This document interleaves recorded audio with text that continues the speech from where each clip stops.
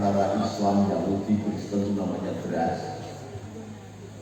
Wong Islam 4%. Lalu bela Palestina ganti. Filistin itu siapa? Itu musuhnya Nabi Daud yang mimpin namanya Jalut atau Goliat. Jadi sejarah antropologi agama yang jarang dimengerti oleh orang-orang Islam sendiri melahirkan orang Islam Indonesia gampang dipecah belah. NU kemudian merangkulnya, maka kemudian NU mulai menunjukkan kasih sayang kepada siapa. Sekali-sekali baca perjanjian Najran. Perjanjian Najran itu Rasulullah mengatakan bahwa kita harus membela orang Kristen dalam perang pun. Pertama membela Romawi dari penjajahan Yunani yang mimpin panglimanya Uzama bin As, lalu diserahkan kepada Romawi lagi. Yang kedua, pada perjanjian Najran orang Islam harus membela orang Kristen. Lah saat itu di Jakarta, nah namanya orang Kristen kopar kafir, kawin dek wong Kristen padha nek lone asu sampai harus tahu bahwa salah satu istri Rasulullah bernama Maria Kektia beragama Kristen. Siapa beliau? Beliau adalah cucu buyutnya Kardinal Yakobus. Kardinal Yakobus itu siapa? Cucu buyutnya Yesus. Dan Rasulullah tidak pernah memaksa Maria Kektia untuk pindah agama. Sekali-sekali perjanjian Madinah, perjanjian Najran dibaca supaya kita ini tidak terlalu bodoh digodok-godok kalau bahasanya sahabat ketua Ansor sahabat kita yang berbicara. Nah, sama dengan ketika nanti di sini jadi ibu kota negara, kalau kita tidak menguasai doktrinnya hanya mengawal kiai, akhirnya kita hanya jadi penonton kayak orang Betawi. Maka kita beristihad, saya bentuk namanya Patriot Garuda Nusantara. Sebagai hegemoninya Patriot Garuda Nusantara ini isinya siapa? Ya, komandan-komandan Bansel, pengurus-pengurus Ansor, biar bisa menguasai orang-orang yang di luar Islam, Cina-Cina, daya-daya, pengusaha-pengusaha dirangkul dalam tali kendornya NU, menyatu di bawah komando sahabat Ansor. Kalau enggak, nanti malah PGN rebutan lahan parkir deh bangsa. Lah mau lahan parkir, Masya Allah. Joko nganten, ya ilaha. Joko sunatan, pakaiannya keren-keren kayak pasukan padang pasir. Joko nganten, mari ngono Joko gereja Natal dibom modal bisa. Sing Joko sapa? Bahasa. Sing ngebom sapa? Lah kan apa sih? Oh, padahal kalau tidak ada Ansor, maka tidak ada hijrah.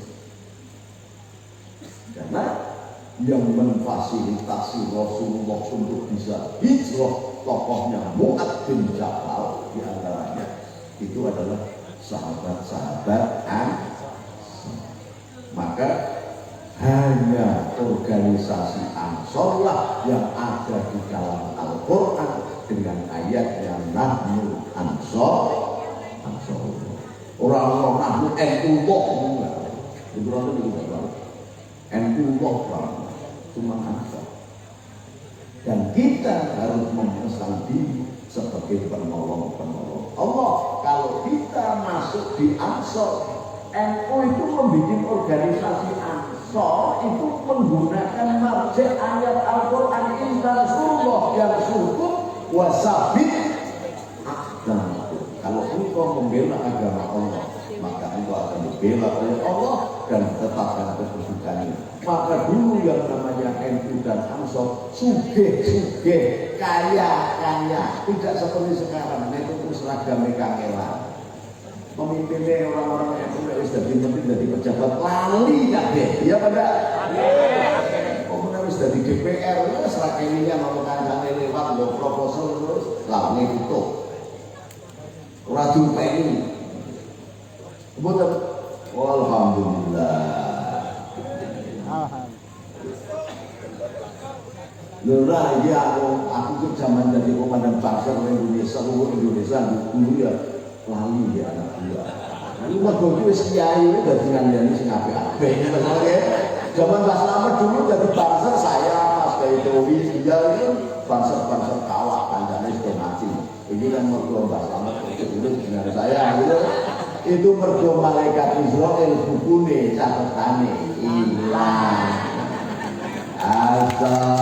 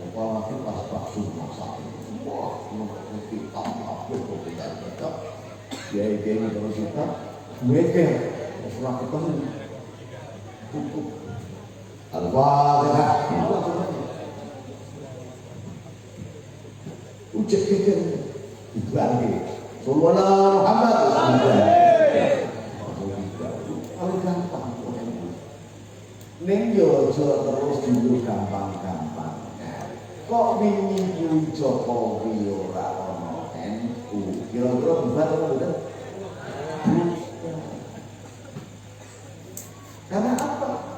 Karena tujuannya bukan merebut kedudukannya Jokowi. Tujuannya bukan merebut Indonesia dipimpin jadi baik. Tapi kelompok-kelompok Khawarij yang punya anak kandung HTI, punya anak kandung Salafi, punya anak kandung FPI, itu ingin menghancurkan Indonesia. Kalau mau dibikin benar, silakan. Makanya FPI saya yang membubar. Pertama HTI FPI saya bubar. Di Jawa Tengah satu semua.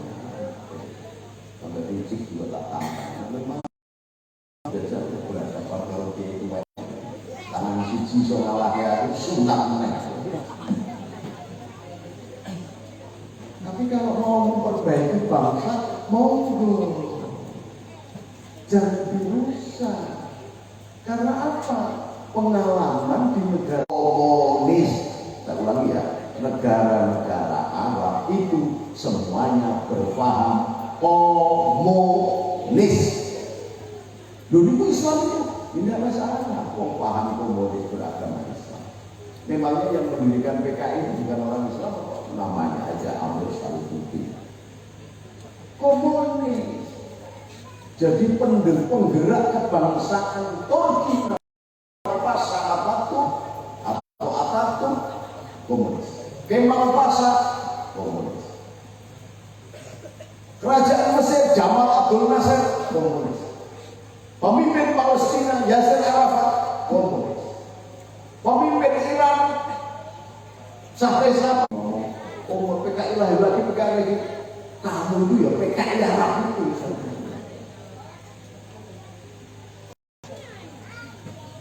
Nek wong Jawa, orang Nusantara itu ada balas budi, tapi di Arab sama sekali tidak pernah ada balas budi. Ini santri-santri para ustaz ini membaca sholawat. Amin. Dadah. Ini salami majas kadang anjaro nimu klatil ironi dan dalam keadaan sakit keras mau mati dan ditungguin Rasulullah. Setelah selesai dan minta izin agar selawat ini bisa dikembangkan, dia diberi hadiah oleh Rasulullah, namanya burda. Ini namanya burda. Bisa ngarang itu, kemudian yang nyuruh siapa? Namanya Salahuddin Al-Ayyubi. Ketika kita dalam keadaan kebingungan orang Islam menghadapi perang salib yang tidak pernah selesai selama 500 tahun, maka panglimanya dipegang oleh Salahuddin Al-Ayyubi. Salahuddin Al-Ayyubi kemudian menggerakkan jiwa-jiwa yang bingung dan bimbang dengan mengarang lomba sholawat, di antaranya mengembangkan kembali sholawat Badar untuk membuka kunci hatimu. Apa itu kunci magnetnya? Salatullah, salamullah ala Toha,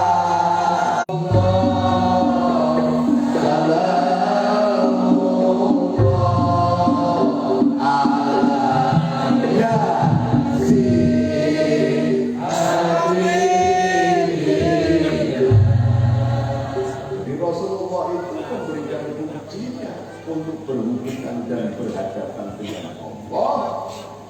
Maka usul kalau Ibnu Abbad menjelentrekkan itu dengan khidmatu rijali sama islami illa maulam kali kepada Mbah Slamet dan Mbah Slamet dan ketua NU Banjarmasin itu menjadikan sebab kita usul kepada Allah. Jadi oke aja, sahur tidak selamat, insya Allah berhadapan dengan musuh. Itu caranya bagaimana?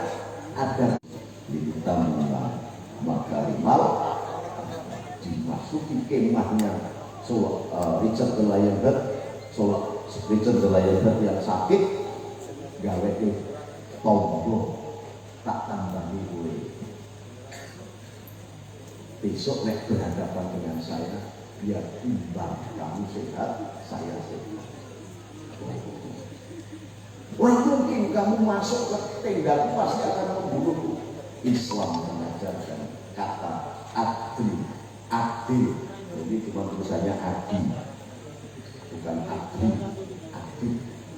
Kalau lawannya sakit, diobati. Beda dengan partai di Indonesia. Kalau calon PKB, sing siji calon PKB, sing siji masang bendera, sesuk dituruti oleh kacari sendiri. Mikirnya ono ora?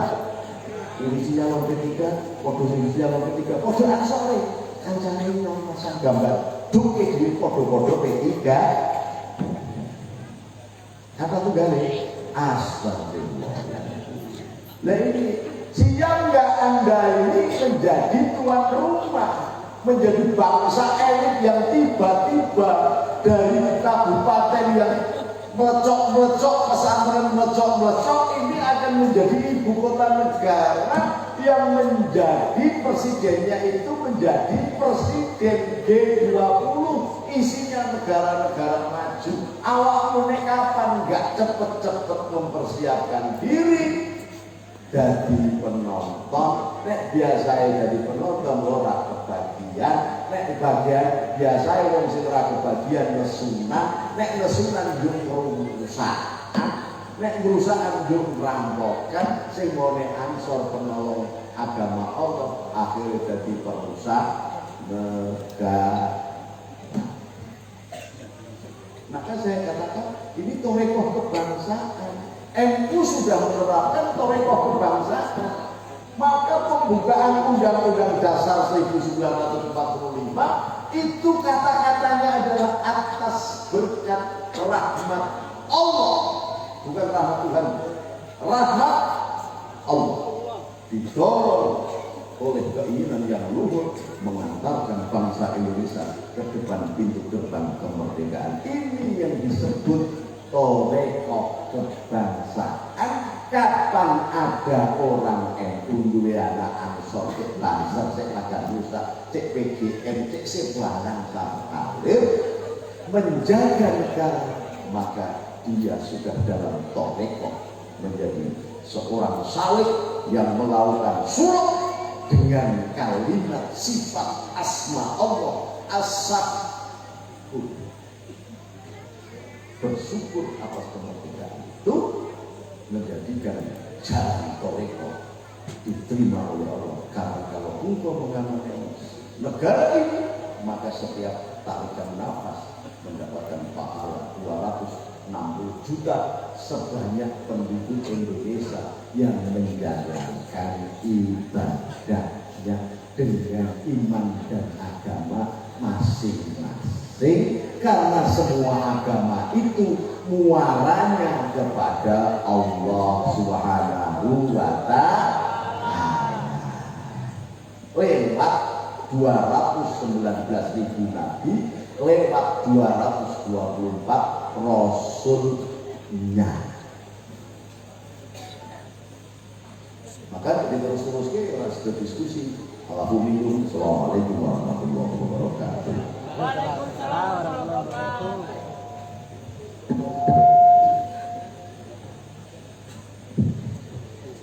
Alhamdulillah, kita sudah mendengarkan dan banyak mendapatkan ilmu-ilmu baru yang pada dasarnya kita sangat membutuhkan hal-hal semacam ini.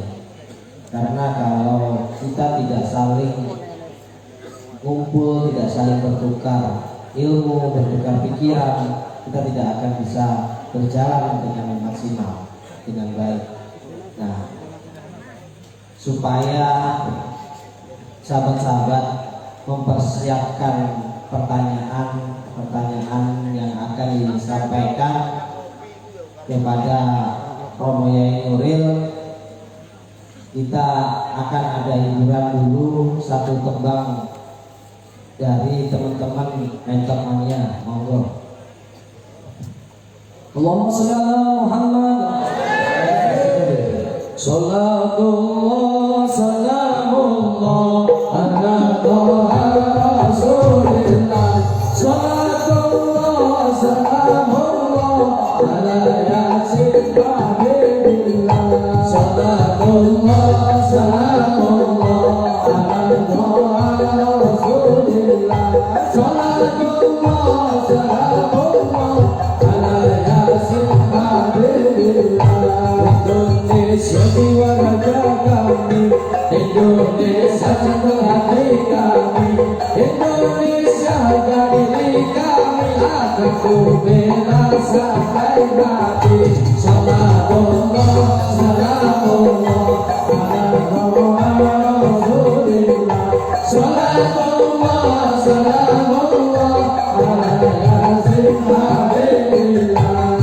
Indonesia kebangsaan kami, Indonesia tanah air kami, Indonesia jantung hati kami akan ku bela sampai mati. Salatullah salamullah ala Rasulillah. Salatullah salamullah ala Yasin Habibillah. Bersatulah bangsa Indonesia, kami semua cinta Indonesia. Ayo bangkitlah Indonesia sekali merdeka tetap merdeka. Salatullah salamullah ala Rasulillah. Salatullah salamullah ala Yasin Habibillah. Bersatu bangsa Indonesia, bagi semua cinta Indonesia. Ayo berjuang untuk Indonesia, sekali merdeka tetap merdeka. Salatullah salamullah ala Rasulillah. Salatullah salamullah ala Yasin Habibillah. Ya Allah jaga negeri kami dari makar musuh kami, dari langsung goyang kami. NKRI antara mati. Salatullah salamullah ala Rasulillah. Salatullah salamullah ala Yasin Habibillah. Indonesia kebangsaan kami, Indonesia kebanggaan kami, merah putih bendera kami. NKRI antara mati. Salatullah salamullah ala Rasulillah. Salatullah salamullah ala Yasin Habibillah. Ya Allah jaga negeri kami dari makar musuh kami, dari langsung goyang kami. NKRI jaya sakti. Salatullah salamullah ala Rasulillah. Salatullah salamullah ala Yasin Habibillah. Sholli wa sallim iman ala mada. Sholli wa sallim iman ala mada. Wal ali wal ashab iman qad wa'ada. Wal ali wal ashab iman qad wa'ada. Ayo mulai nonton televisi, nonton TV, gue kenceng hati. Nonton ulama, nonton ngaji, kumpul para habaib dan para kiai. Sholli wa sallim iman ala mada. Sholli wa sallim iman ala mada. Wal ali wal ashab iman qad wa'ada. Wal ali wal ashab iman qad wa'ada.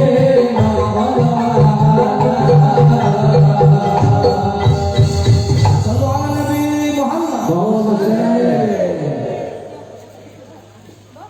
Sembah nuwun, aku terima kasih buat mentomannya yang menghibur kita untuk merefresh supaya kita tidak kaku. Nah, sekarang kita waktunya untuk diskusi. Dimohon kepada sahabat-sahabat pimpinan Ansor atau para komandan Banser, bahkan ibu-ibunya, jika ada pertanyaan yang ingin disampaikan, monggo disampaikan. Apa saja boleh. Monggo dan satu mic. Sebutkan nama, asal, satkor atau pimpinan di mana.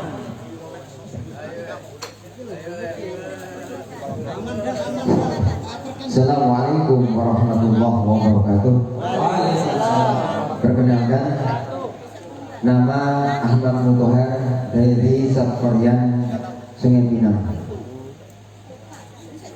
Sebelumnya kami beribu minta maaf karena kemungkinan pertanyaan kami membutuhkan penjelasan yang sangat luas, dan ini mengenai penasaran khususnya saya pribadi. Banyak orang yang bercerita bahwasanya kerajaan di Indonesia ini yang pertama kali adalah di Kutai. Tapi menurut sejarah bahwasanya sebelum Indonesia ini kemasukan manusia itu sudah terlebih dahulu ada kerajaan yang namanya Medang Kamulyan yang saat itu dipimpin oleh rajanya yang namanya Dewata Cengkar. Terus Dewata Cengkar tersebut dimusnahkan oleh beliau yaitu Aji Soko. Dan ini yang bikin saya penasaran, lebih dulu manakah antara kerajaan Kutai dengan kerajaan yang pertama kali, yaitu yang di Jawa, khususnya ini daerah saya sendiri, yaitu di Banjarjo. Medang Kamulyan, oke, Banjarjo. Ini mohon penjelasan dari Abang Kiai. Dan yang kedua, untuk penjelasan siapakah yaitu Aji Saka tersebut, dulu mana antara Aji Saka dengan Syekh Subakir. Mohon kiranya penjelasan dari Romo Yai. Sebelum dan sudahnya kami ucapkan banyak-banyak terima kasih. Cukup. Assalamualaikum warahmatullahi wabarakatuh. Waalaikumsalam warahmatullahi wabarakatuh. Pertanyaan yang lain untuk teman-teman yang sebelah sini.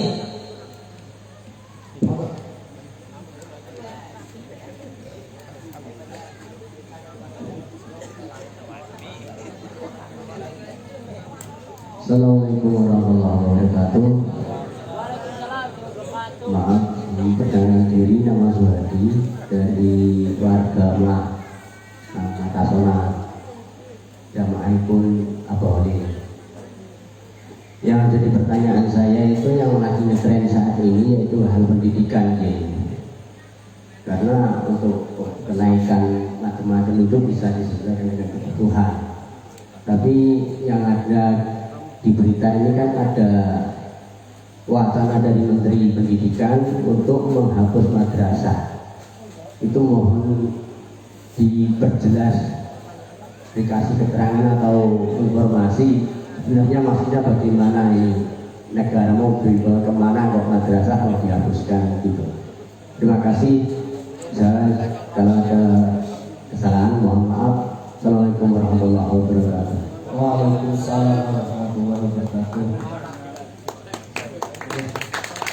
Untuk sementara dua pertanyaan dulu, nanti selanjutnya ada sesi selanjutnya kepada para komandan dan pimpinan, nanti dipersiapkan pertanyaannya.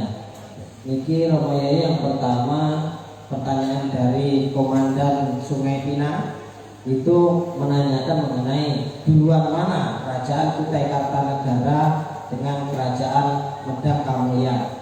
Dan yang kedua, siapa sih Aji Saka, dan Aji Saka dengan Syekh Subakir itu duluan mana.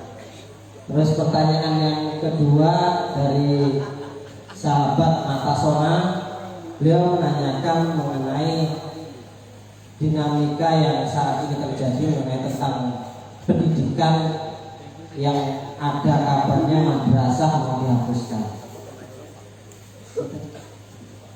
Pak Sunadi.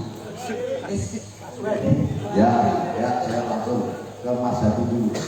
Su itu baik, hati petunjuk yang baik. Indonesia ini dasarnya apa? Dasarnya apa? Pancasila. Sila pertama apa?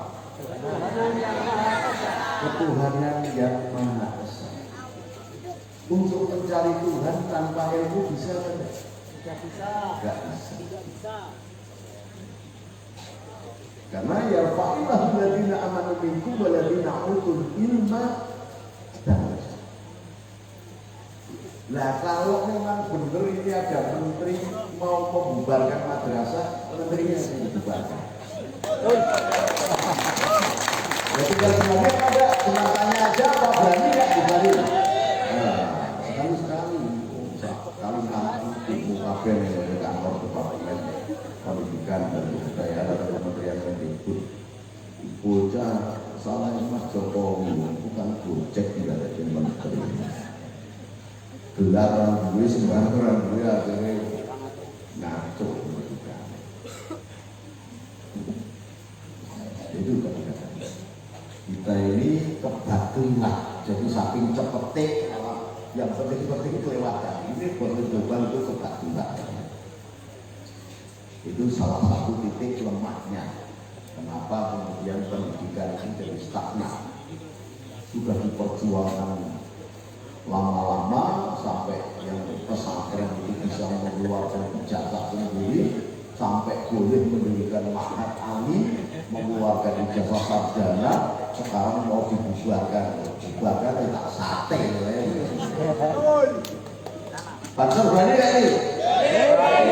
Wah, pakai serem-serem kan lu goreng ngomong menteri koyong menang wae stop banget.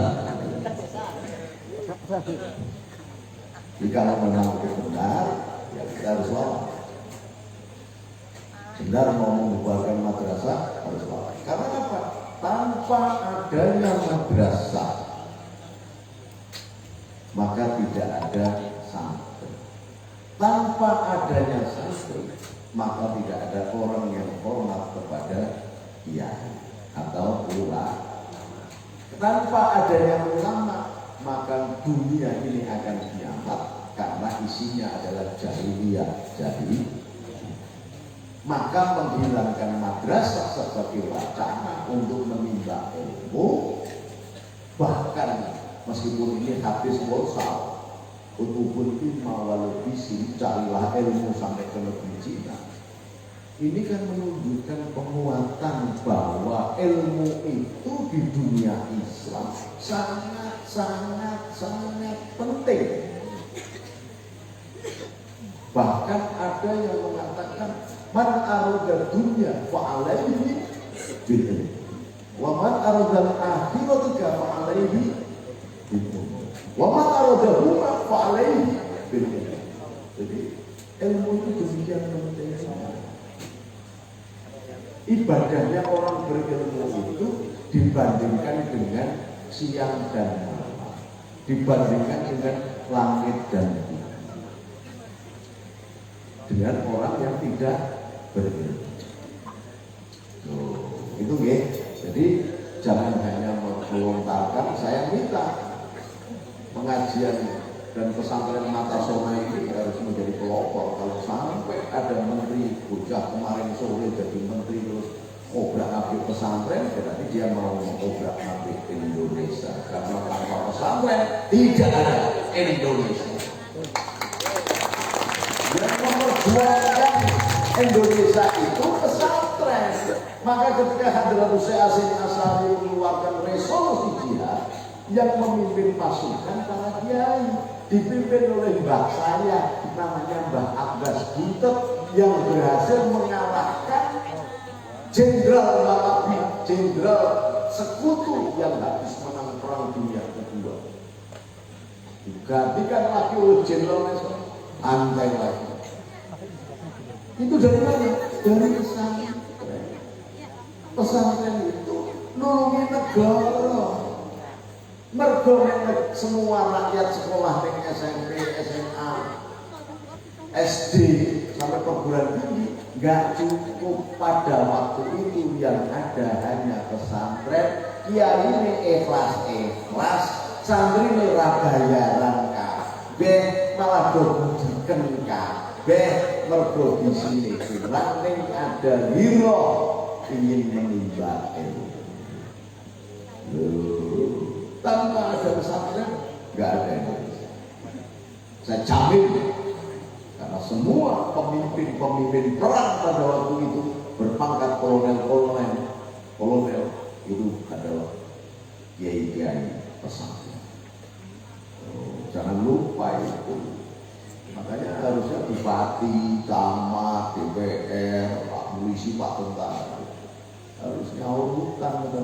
kiai begini. Ketoknya mukanya dombotek, waktu tidak tembelek, wera pendeng. Tetapi mereka lah yang memegang kewahyuan negeri yang bernama Nusantara. Oke, sepakat?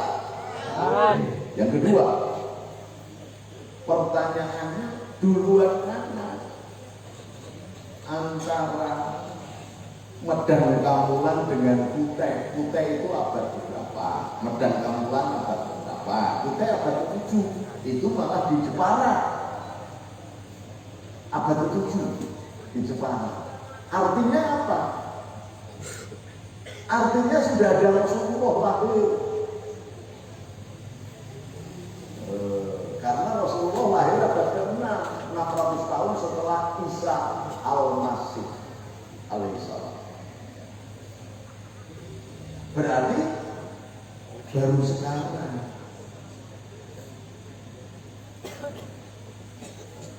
Medan Kamulan bahkan ada kerajaan Mulawarman, putranya namanya Mulawarman di Kalimantan ini jauh sebelum Hindu datang. Hindu itu 3000 tahun sebelum Isa lahir. Jadi duluan mana sama Kalimantan? Duluan Kalimantan.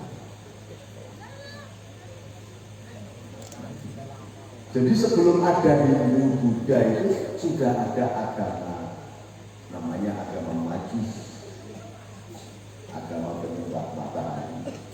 Sebenarnya bukan penyembah matahari, tetapi zaman dulu dinisbatkan Allah atau Tuhan itu penggerak matahari, karena Ibrahim juga menemukan Allah juga karena peredaran bulan dan bintang.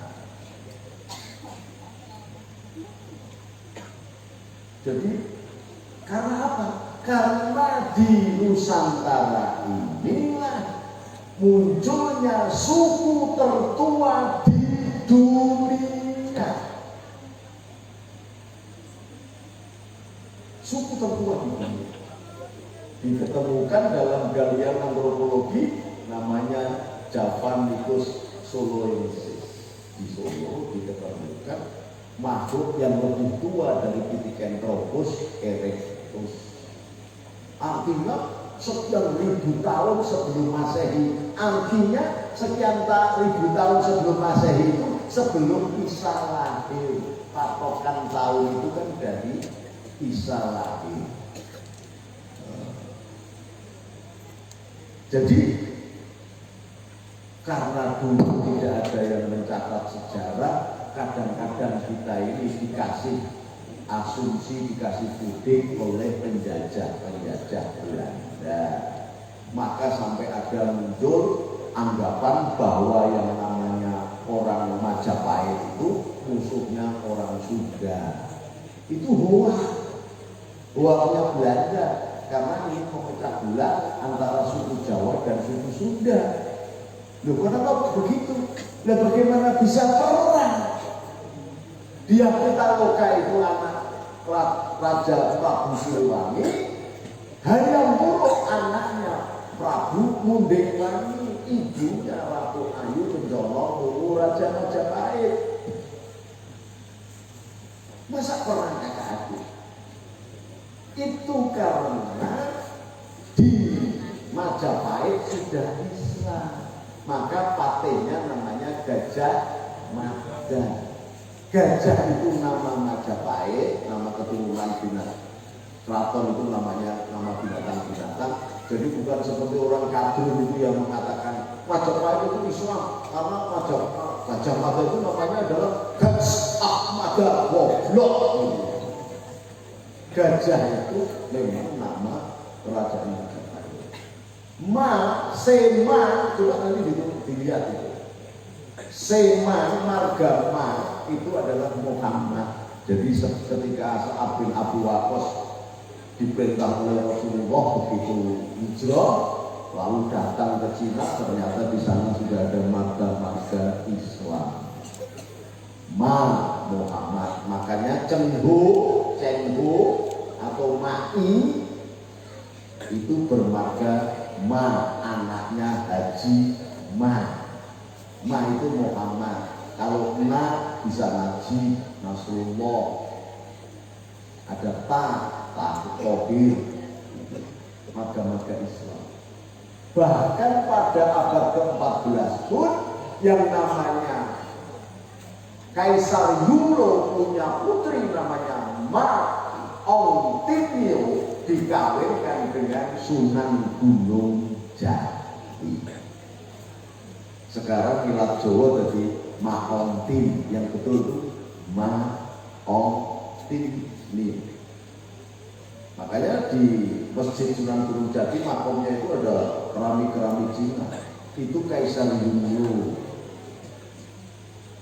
Bahkan yang mengislamkan putra-putra Prabu Siliwangi namanya Syekh Kuro, Syekh Hasanuddin Al-Qur.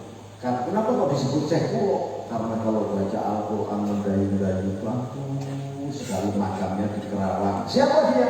Dia juru masaknya Laksamana Cengkru atau Mai. Kedatangannya yang keempat berhasil menikahkan dan mengislamkan keluarga Prabu Siliwangi, karena dua anak Prabu Siliwangi sebelumnya sudah masuk Islam, namanya Prabu Kian Santang dan Roro Santang. Roro Santang menikah dengan Raja Arab, melahirkan Sunan Gunung Jati ketiga, namanya Syarif Hidayat.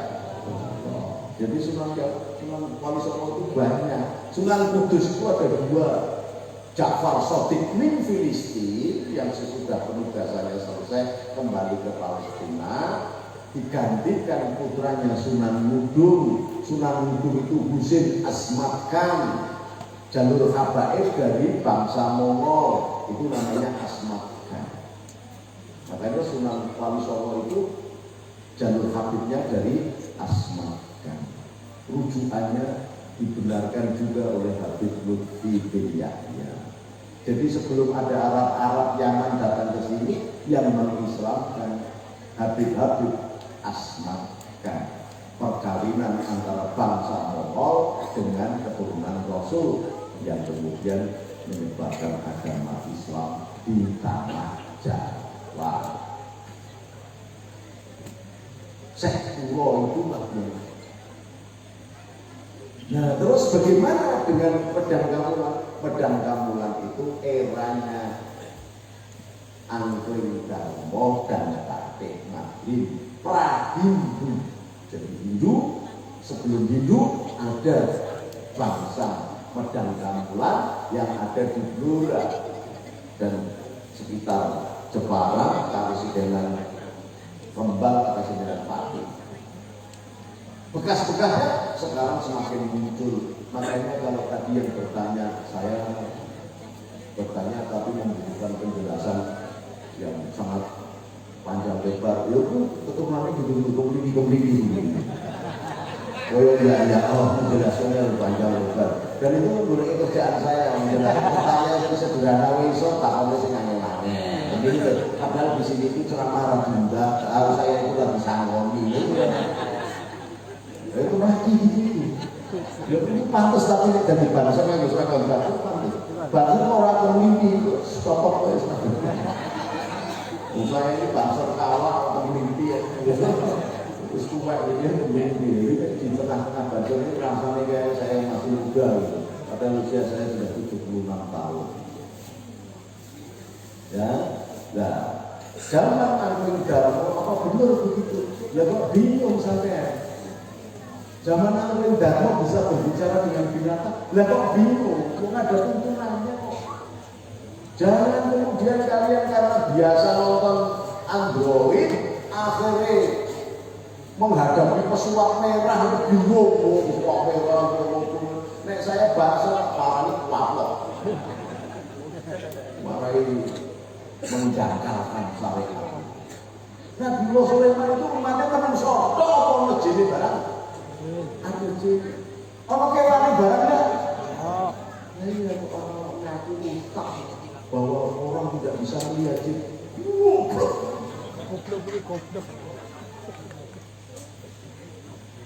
Surat ini orang tidak bisa melihat jin itu piye? Lah Rasulullah iki njok sing tau Islam ke jen-jen kuwi yo piye? Kul hiya ala ya ana mustama ana faron. Tinggal jin yo lho wis ora jin yo. Lah nek wong ora sedelok jin iki wis ora jin iki ngawur. Itu cara-cara orang sekarang antek-anteknya global Amerikanis mendangkalkan Islam. Lu orang surat itu kalau ceritanya Nabi Sulaiman itu pasukan kalau lewat jalanan sembunyi masuk ini pada pasukan Nabi Sulaiman matanya picek-picek itu minta dicek dilakukan oleh Nabi Sulaiman karena berhenti itu ada umatku namanya semut yang memberi kabar bahwa ada ratu cantik kaya raya kerajaannya besar itu manusia apa jin apa binatang namanya apa burung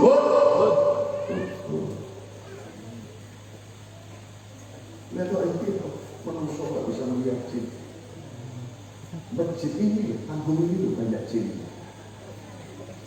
Loh, setiap pojoknya panggung mesti ada jinnya. Kalau enggak pokok namanya. Ada jinnya? Ada. Kalau enggak pokok, bukan pojok, karena enggak ada.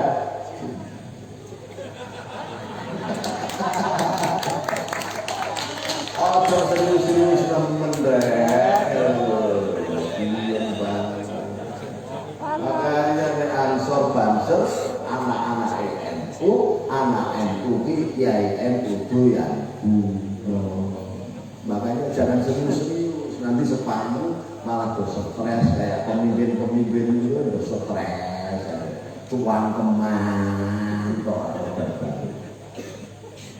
Makanya sih, saya lagi sejarah, wakil kayak Arab itu, Haikal Hasan, ngomong kayak ya oh layak dia dibuat TV buat Islam itu ditentukan oleh 3 hal amalu jahidu yang satu hajari di dalam surat Al-Baqarah ayat 216 ini kutuki ono hati kriku ono ini harus itu bertindak. Surat Al-Baqarah 216 itu ayat putih tentang amanu hajaru jahad. Ayat ini muni ya ayyuhalladzina amanu wa hajaru wa jahadu fi sabilillah bil amwal wa anfus ning Al-Baqarah ya eki ya bilang gitu. Kulo nek dadi pukul bambu dadi pukul bambu. Ojo melu-melu tentang Al-Qur'an. Jadi kerajaan dan kamulan dengan kalimat yang penting saya tidak menemukan buktinya, tetapi ketika kemudian ada raja Mulawarman yang sempat dihadiri oleh Rasulullah di tanah ini, itu berarti sudah lahir sebelum Masehi. Karena Rasulullah itu 800 tahun sebelum Masehi, sesudah Masehi. Artinya apa? Di Kalimantan ini ada kerajaan sebelum Kutai, ada kerajaan Hindu yang lebih tua. Sebelum lagi ada yang lebih tua lagi, karena sesungguhnya pada zaman Hindu pun ada keturunan Nabiullah Ibrahim dari ibu keturo yang berasal dari Jawa, menikah dan kemudian melahirkan anak bernama Medan menjadi kota Medan di Sumatera dan Median kota Sumatera. Jadi nek awak kuwi kemeni kaya wong Blora kuwi mau, lah itu karena memang keturunan Yahudi juga. Saya gitu aja. Ajur tak jur. Wah, jur juga. Jadi Indonesia ini miniatur kebudayaan dunia. Nusantara itu miniatur kebudayaan dunia. Bahkan bangsa Mesir 3000 tahun sebelum Masehi sudah datang ke Nusantara mencari kapur Barus untuk mengawetkan Maka ketika Yesus lahir atau Isa lahir, 3 raja dari Nusantara yang tahu bahkan akan ada kelahirannya Isa Al-Masih Al-Maud. Dia membawa emas, membawa mur atau gaharu, dan membawa minyak.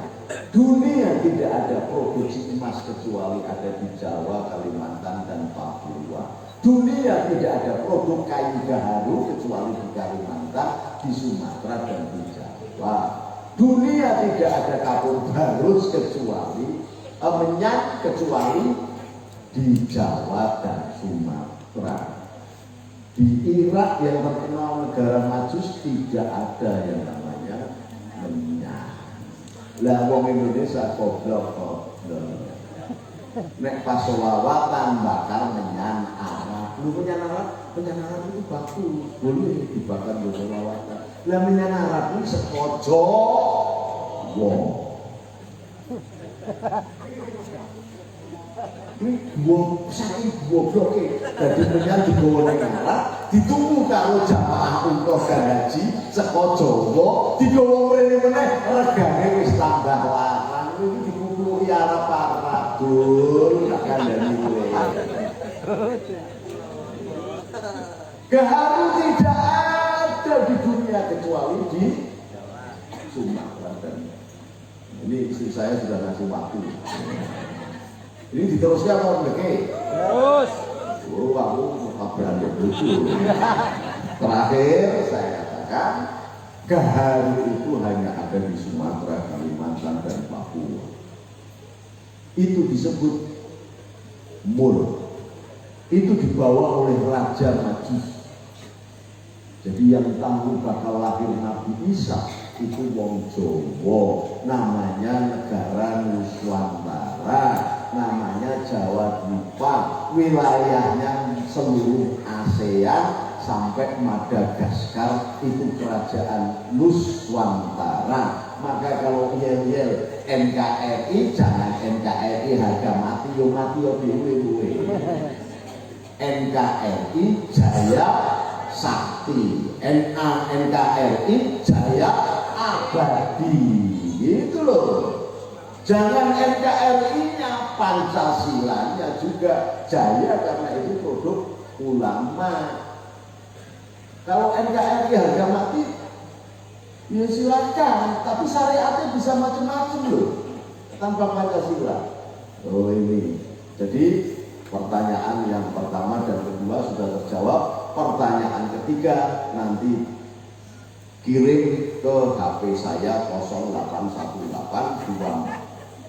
249 033 atau 0812 8878 1958. Nek koper tak jawab.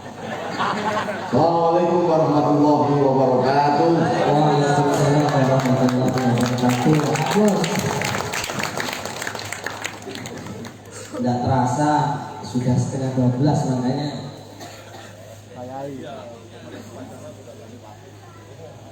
Jadi sebelum doa kita nakal-ukian. Di nakal-ukian nanti dia nakal-ukian.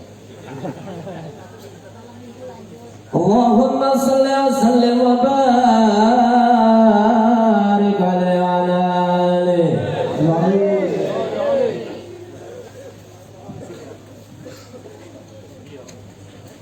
ya Nabi salam alaika ya Rasul salam alaika ya Habib salam alaika salawatullah alaika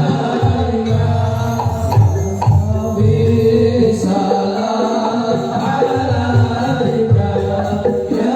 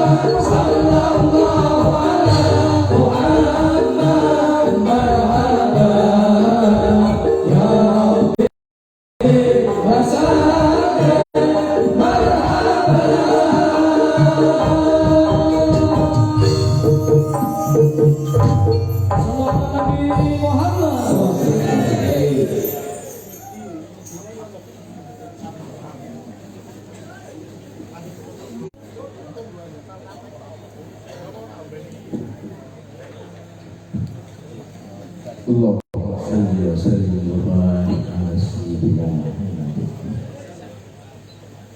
sayyidil awwalin wal akhirin wa sallim wa radiyallahu ta'ala wa an kulli sahabatin rasulillah